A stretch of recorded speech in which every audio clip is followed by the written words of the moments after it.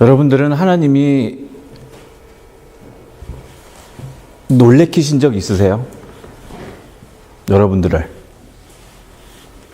나는 이래이래해서 하나님이 나를 놀래키신 적이 있다. 놀랐다.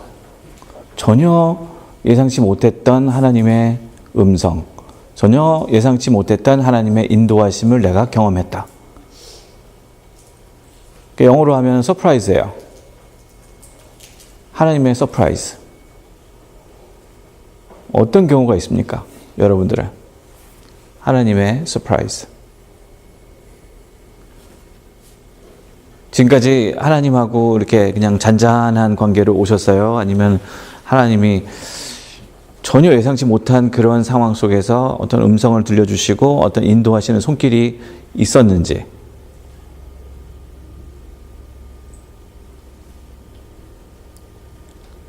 성령의 감동으로 네. 주체할 수 없는 그런 네. 느낌과 눈물이 날 때. 네, 성령의 감동으로 주체할 수 없는 기쁨과 눈물이 날 때. 네. 그럴 때 하나님이 참 서프라이즈. 또 어떤 경우가 있습니까?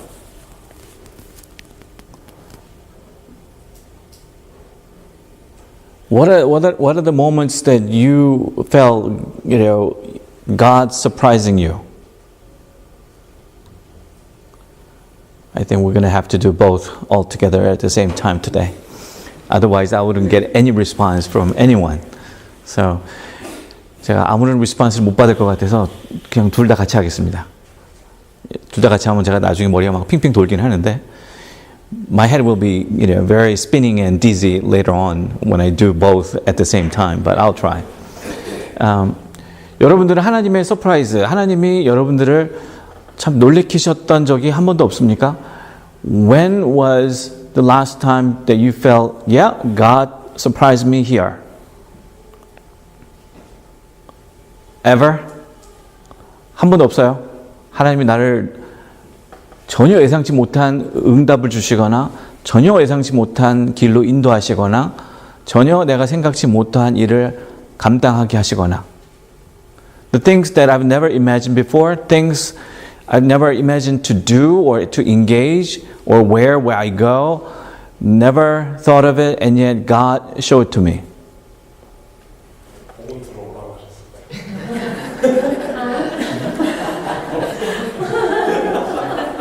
Yeah. When God said, yeah, you're going Vermont. That's, okay. You were so excited, right? Yeah, okay. I think quite a few of us share the same, I think, because, when you move to Vermont, or when you are relocated to Vermont, 여러분들이 벌몬에 오시게 된 계기. 그렇게 나는, 벌몬이 세상에서 제일 살기 좋은 곳이다. 그래서 내가 왔다. 그런 분. 집사님 손을 올린 줄 알았어요. 머리를 올리는 건데, 손을 올린 줄 알았어요. 그래서, 설마. 다들 미국에 오시면 어디로 가고 싶어 하세요? When you come to America, here, let's be honest. After your, degree is done here, you want to stay here? No. 50-50. See, that's where we are. 하나님이 우리에게 전혀 예상치 못한 응답을 주시는 경우가 있습니다. God surprises us when we don't expect anything, sometimes out of nowhere, out of blue, God tells us something that we never imagined before.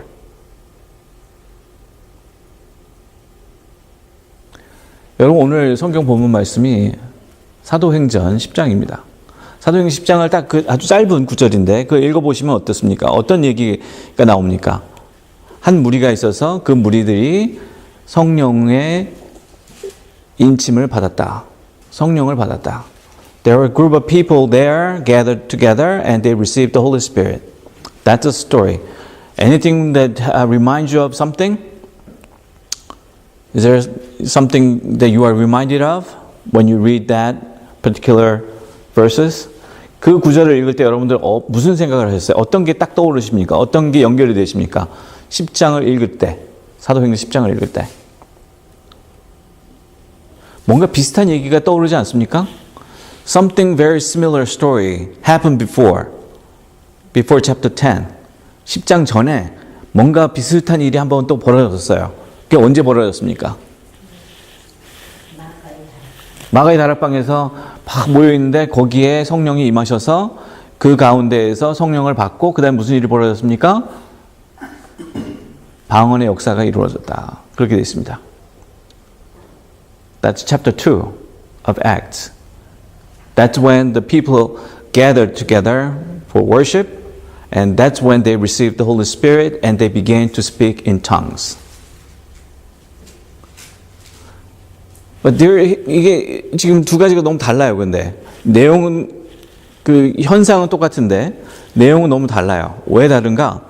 첫 번째는 누구가 그 모여 있었습니까? 어떤 사람들이 모여 있었습니까? 사도행전 2장에 어떤 사람들이 모여 있었어요? 사도행전 10장은 누가 모여 있었다고 그랬습니까? 베드로가 설교를 하고 성령이 임하시고 그랬더니 같이 베드로랑 따라왔던 유대인들이 뭐라고 그럽니까? 어떻게 이런 일이 이방인에게도 있을 수 있습니까? 그럼 그 안에 모여있던 사람들이 다 누구예요? 이방인들이 모여 있었다는 거예요. 그러면은 사도행전 10장은 이방인들이 주로 성령을 경험한 그 이야기고 사도행전 2장은 누굽니까? 그러면 바로 유대인들이 처음에 하나님의 성령을 경험하는 그 이야기가 바로 2장에 나옵니다. 자, 그러면 이게 뭐가 서프라이즈냐? 뭐가 이게 그렇게 다르길래 같은 얘기 아닌가 생각할 수 있습니다. 근데 한번 잘 보세요. 2장에서 하나님의 성령의 역사가 일어났었고 10장에서도 일어났습니다. 그런데 이 10장에서 그 같이 베드로랑 왔던 유대인들이 어떤 반응을 보입니까? 어떻게 이런 일이 생길 수 있습니까? 그 말은 뭐예요? 하나님의 역사는, 하나님의 성령은 누구한테만 있어야 된다? 유대인들에게만 있어야 된다. 우리에게만 하나님의 역사가 임하는 줄 알았는데 그게 아니라 지금 보니까 이방인들에게도 있는데 이걸 도대체 어떻게 내가 이해를 우리가 해야 됩니까? 라고 베드로에게 얘기를 하니까 베드로가 뭐라고 얘기합니까? 물을 들고 있을 사람이 있느냐? 내가 이들에게 세례를 줘야 되겠다. 이렇게 성령을 받고 하나님의 은혜 가운데 살아가는 사람들을 세례를 줘야 되겠다. 그러면 왜 하나님이 다 동일하게 주시지? 왜 유대인들은 한참 전에, 잘 보세요. 사도행전 2장과 10장은 8장밖에 차이가 안 나지만 시간적으로 공간적으로도 많은 차이가 있습니다. 그러면 왜 하나님이 성령을 유대인들에게 먼저 주셨을까? 왜 이방인들은 나중에 주셨을까? 유대인들이 먼저 받았으니까 그래 내가 먼저 받았다. 우리가 먼저 받았다. 우리가 선택받은 민족이다. 하나님이 우리를 먼저 그리고 더 많이 사랑하신다. 라는 고백을 하게끔 하기 위해서 유대인들에게 먼저 성령을 주셨을까? 아니면 그래서 이 이방인들은 어떻게 생각하는 겁니까? 그래 유대인들은 그래 워낙 하나님이 부르신 선택받은 민족이니까 먼저 성령을 주셨고 우리는 그나마 받은 게 어디냐? 감사하다. 그런 리스폰스를 하나님이 원하셨을까? 하나님이 은혜를 베푸시고 하나님이 축복을 베푸시는 까닭은 뭘까요? 그 은혜를 나만 가지고 우리만을 위한 은혜고 축복일까요? 아니면 그 은혜와 축복을 주시는 까닭은 그를 통해서 또 너 자신을 통해서 우리 자신이 은혜의 통로가 되고 축복의 통로가 되라고 하시는 게 하나님의 뜻이 아닐까? 우리가 교회로 모이는 까닭은 뭡니까? 우리끼리 잘 먹고 잘 사는 것이 아니라 우리끼리 예배로 모여서 함께 은혜 받고 그 안에서 교제를 나누고 그 안에서 함께 믿음으로 살아가는 것만 위해서 하나님이 교회를 허락하셨을까? 아닌 거죠. 교회는 하나님의 나라의 선교 기지입니다. 하나님의 나라의 확장을 돕는, 기여하는 바로 선교 기관입니다. 그러면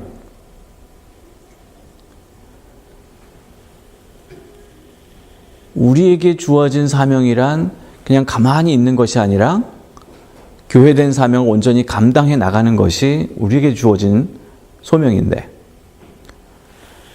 사도행전 2장과 10장의 차이가 거기에 있습니다.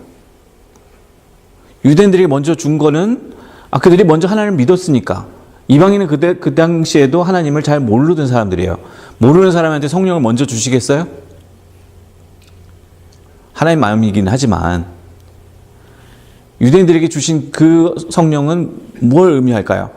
너희가 나를 먼저 믿고 순종하며 살아왔던 그 인생, 그래서 내가 성령을 주는 까닭은 그 성령의 역사로 말미암아 너희만 만족하고 기쁨으로 감사함으로 사는 것이 아니라 세상 모든 족속이 하나님의 은혜 가운데 하나님의 구원 속으로 들어오기를 원한다. 그런데 뭘 했던 거예요? 유대인들이. 심지어 성령을 받은 유대인들이 뭘 했다는 거예요? 아무것도 하지 않았다는 거예요. 하나님의 입장에서 볼 때. 그래서 하나님의 역사로 개입하시는 겁니다. 10장에 뭐라고? 너희들이 안 하니까 내가 이제는 그 성령의 역사를 유대인이 아닌 이방인들에게 베풀겠다. 그래서 그 이방인들을 통해서 하나님의 나라가 확장되어 가기를 원한다. 그 다음에 어떤 역사가 벌어졌습니까? 교회 역사가. 유대인들보다 이방인들을 통한 교회의 하나님 나라의 확장이 더 확실하고 더 크게 다가왔습니다. 자, 그러면 우리가 교회 역사를 한번 보겠습니다. 1500년대, 1400년대, 1500년대에 종교개혁 운동이 일어났습니다. 종교개혁 운동이 일어난 까닭은 그 당시에 라틴어로 모든 것이 다 이루어지던 때예요. 그런데 마틴 루터라는 이 독일 이 목사님이 아무리 봐도 일반 사람들은 라틴어를 배울 기회도 없고, 그건 이제 가진 사람들의 언어이기 때문에 결국은 하나님의 말씀을 읽고 듣고 쓰고 할 수 없다. 결국은 그런 사람들은 하나님의 은혜에서 완전히 제외되어 있다. 더 이상 내가 그걸 못 보겠다. 하나님의 사랑은 누구에게나 다 똑같이 주어져야 되는 것이 마땅한데 왜 그 언어를 통해서 누구는 하나님의 은혜를 경험할 수 있고 누구는 하나님의 구원을 얻을 수 있다라고 하는 그 말씀을 이해할 수 있지만 이쪽은 전혀 그런 기회도 없고 그러한 여지가 없다. 그래서 그때 한 게 뭐냐? 독일어로 성경을 번역하는 일이었습니다. 번역을 딱 해놨더니 그 당시 로마 교회에서 뭐라 그럽니까? 너 그거 거둬라. 안 거두면 엑스커뮤니케이트 하겠다. 그러니까 교회에서 이제 출교한다는 거죠. 가장 무서운 징벌이 그 당시에는 출교였어요. 그런데 그런 것들을 끝까지 버텨내서 종교개혁 운동이 계속해서 이어지고 그러면서 거기에서 개신교회가 나오게 됐습니다.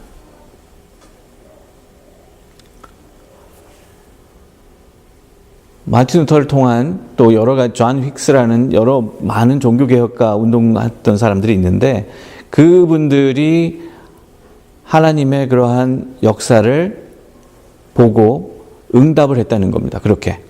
그랬더니 교회의 역사가 바뀌어졌다. 여러분 감리교 지금 요새 저희가 같이 직분자 교육으로 계속 배우고 있는데 감리교 운동 처음에 존 웨슬리가 영국에서 시작한 겁니다. 그래서 존 웨슬리는 자기가 죽을 때까지 이거는 영국 성공회, 그러니까 국교회, 지금 말하면 이제 앵글리칸 처치 아니면 성공회라고 하는데 영국 국교회 하나의 운동으로 자기는 끝까지 이어져 가기를 원했어요. 그런데 이 감리교 운동이 미국에 들어와서 이게 영국 국교회로는 안 되는 거구나. 우리가 새로운 교회로 움직여야 되겠구나. 그와 같은 리스폰스를 한 거예요. 그래서 미국 안에서 감리교 운동이 불붙듯이 온 땅으로 다 불붙어 나갔던 겁니다. 역사가 그렇게 많이 그 방향이 코스가 바뀌어 왔습니다. 왜? 하나님이 주시는 그러한 서프라이즈들, 하나님이 주시는 새로운 말씀들의 응답을 어떻게 했느냐에 따라서 우리의 역사가, 돌이켜보면 역사가 많이 변해왔다. 사도행전 2장과 10장도 바로 그와 같은 얘기입니다. 하나님의 역사가 유대인에게만 있는 것이 아니라, 먼저 선택받은 사람에게만 있는 것이 아니라, 먼저 믿은 사람에게만 있는 것이 아니라 나중에 믿은 사람도, 하나님을 몰랐던 사람에게도 동일하게 주어진다는 것. 그러면 우리가, 오늘 살아가는 우리가 우리에게 주어진 하나님이 주시는 또 다른 서프라이즈는 뭐가 있을까? 요즘 우리가 살아가는 이 세대, 이 세상 속에서 하나님이 우리에게 보여주시는, 우리에게 말씀하시는 새로운 서프라이즈는 뭐가 있을까? 전혀 내가 예상치 못하고 전혀 내가 받아들이기 어려운 그러한 일들이 뭐가 있을까? 그러한 일들이 있을 때 하나님은 내게 무엇을 하라고 하실까? 어떻게 응답하라고 하실까? 유대인들이 이방인을 볼 때, 아, 너희는 자격이 없고 너희는 하나님의 사랑을 받을 그럴 만한 가치가 없다라고 판단하기보다 하나님은 너희도 그 누구 못지않게 하나님의 은혜와 사랑을 받을 자격이 있고 너희도 하나님의 구원에 동참할 자격이 동일하게 있다. 그래서 하나님은 그들에게 성령을 부어주시고 그 성령의 역사로 말미암아 세상 가운데, 세상 끝까지 하나님의 말씀을 증거하며 살아갈 수 있도록 은혜를 베푸신 게 아닌가. 저희가 지난주인가요? 한국교회 역사를 잠깐 저희가 했습니다. 직분자 교육 시간에. 한국교회 역사는 지금 대략 한 140년 정도 돼가요. 140, 150 이렇게 되는 걸로 제가 압니다. 자, 미국에서 선교사들이 한국으로 왔어요. 그래서 한국에서 여러 곳에 교회가 세워지고 학교가 세워지고 병원이 세워지고 그래서 선교 활동이 이루어지고 지금은 어떻습니까? 지금 한국교회가 어떻게 하고 있습니까? 한국에 있는 한국교회가 선교하죠. 선교하는데 만약에 사도행전 2장과 같은 교회라면 우리가 받았으니까 우리만 인조해하고 우리만 기쁘게 살면 되지 라고 한다면 하나님이 분명 새로운 서프라이즈를 주셨을 거라고 봅니다. 한국교회가 어떻게 합니까? 한국교회가 이제는 선교사들을 보냅니다. 온 세상 방방곡곡에. 한국교회가 만약에 그렇지 않고 그냥 그 안에서만 우리가 이제 이런 축복을 받았으니까 이런 은혜 속에서 우리가 잘 살면 되겠지라고 했다면 아마도 지금과 같은 더 큰 축복은 누리지 못하고 살지 않았을까. 교회는, 그리스도인은 바로 한 곳에 머무는 것이 아니라 계속해서 성장하고 성숙하고 연결어가는 그런 믿음, 세상 가운데 온전히 빛과 소금의 역할을 감당해가는 그런 모습.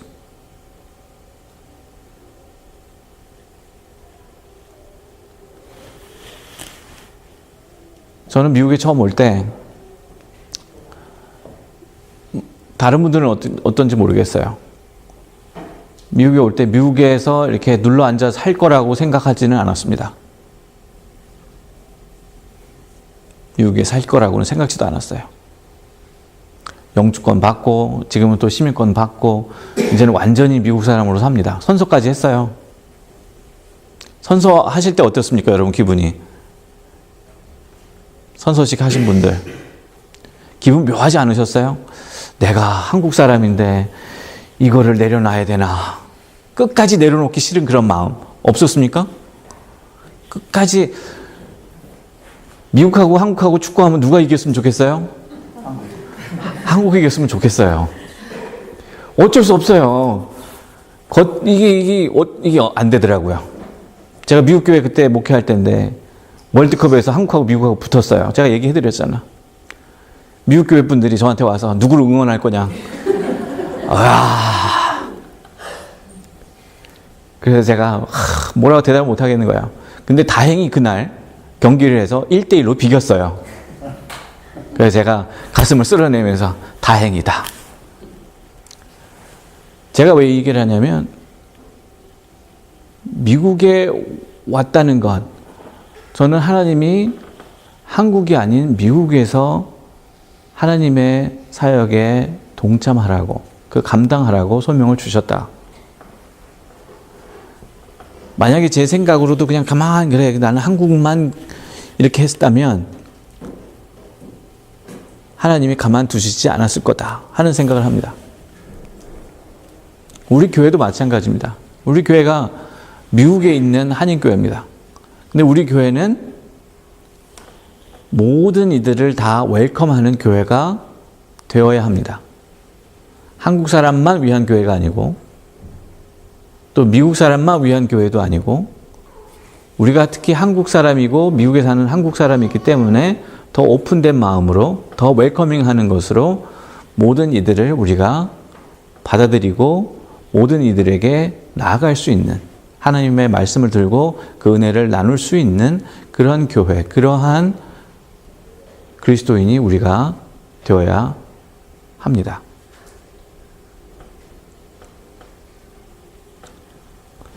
Well, we covered, Acts 10 today, the reading, and we covered that chapter 2 is, mostly Jewish people receive the Holy Spirit, and chapter 10 is mostly Gentiles who receive the Holy Spirit. And when they receive, in chapter 10, Gentiles receive the Holy Spirit, those with Peter, called Jewish Christians, they were amazed and perplexed, and asking Peter, what's going on here? How could this happen to them? We thought Holy Spirit of God is just for us. And yet, that's what exactly happening with them today. How do we respond to this? And Peter said, anyone holding water, and I'm going to baptize every one of them. And that was a complete surprise to them. A new revelation. And they didn't expect such things. And because when they received first, Holy Spirit, first time, I think the purpose of it was God had for them to bring the good news with them to many others. Not just to those so-called chosen people, but all people. And they did not apparently do that work. So God saying, wait a minute. Well, I've waited. That happened chapter 2, and I waited chapter 3 and 4, 5, 6, 7, 8, 9, 10, and I'm not going to wait no more. I'm going to act on. So God is doing, okay, second round. I'm going to baptize them with the Holy Spirit, especially those Gentiles. And what happened to them?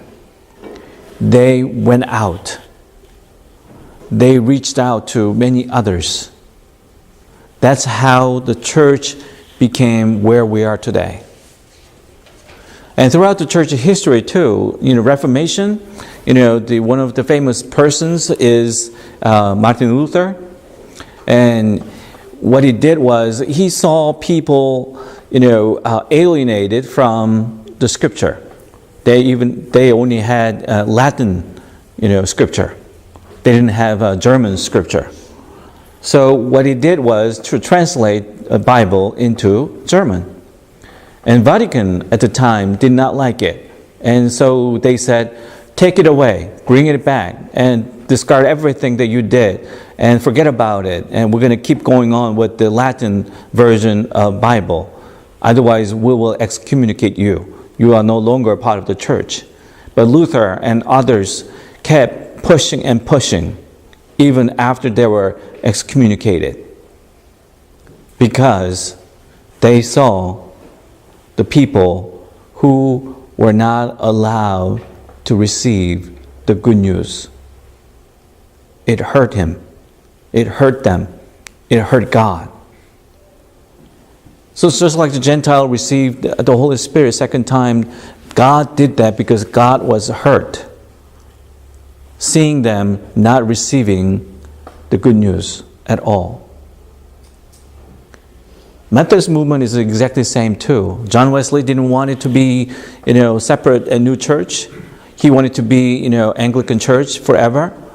But here in the United States, the Methodist movement became what we are today, because they saw the needs of the people here in America, not like English people in England.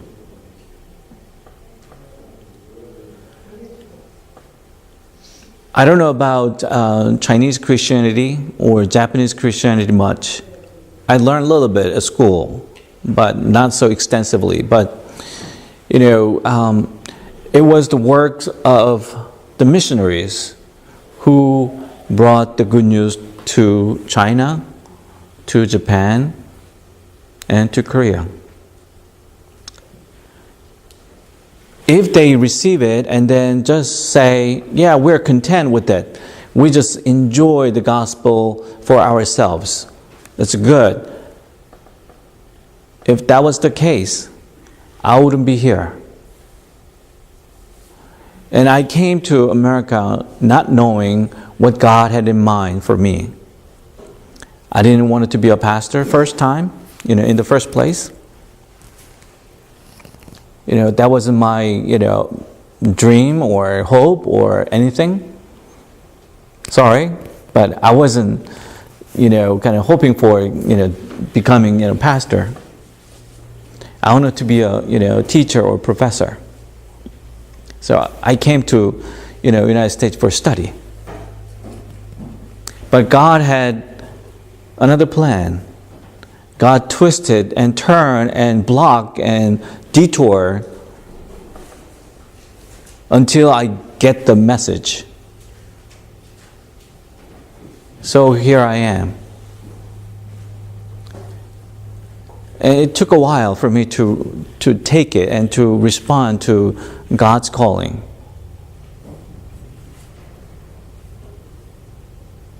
But because of all the missionaries who went to China, Japan, and Korea, and then especially Korea, sending out so many missionaries. And I feel like I'm a missionary to the United States, to Vermont. And when we respond to God's surprises in such a way, God's revelation in such a way, that's when we make a contributions to the kingdom of God, to expand, to include. We're not just for ourselves. The church isn't just for ourselves. Kingdom of God isn't just for those who are already in, those who are also outside the kingdom of God as well. So for that to happen, we are to be more open, we are to be more welcoming. And when we are not, God will bring the Spirit of God upon those who are able to take on. And it is my hope and prayer that that is us. We're the ones to receive it and to take on it and run with it. So we make our church, we make our life to be more open and more welcoming. So we grow and we become more engaged in the works of God's kingdom. Because that's what it means to be living as faithful disciples of Jesus Christ. Let us pray. 기도하겠습니다.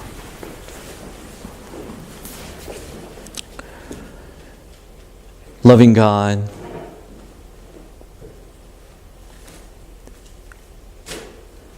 you have poured out your Holy Spirit upon all people. You have done so for Jews Jewish Christians first. And God didn't see what is supposed to be done. So God, you have bestowed upon the Gentiles the Holy Spirit. And they responded in such a way that help us to be where we are today as your church. Help us, Lord, to recognize your calling, to respond to your calling in the same way, so we can grow also beyond where we are, beyond what we feel comfortable, beyond our understanding of territory. Because God's territory is everywhere, entire world, and every person in this world. So help us, Lord, not to just think of our own needs only, but also the needs of others, the needs for God, your kingdom, your presence of Spirit. Help us to be part of your work. And we're so grateful for you have called us to be the church together in this place. And help us to take our calling seriously and run with it faithfully.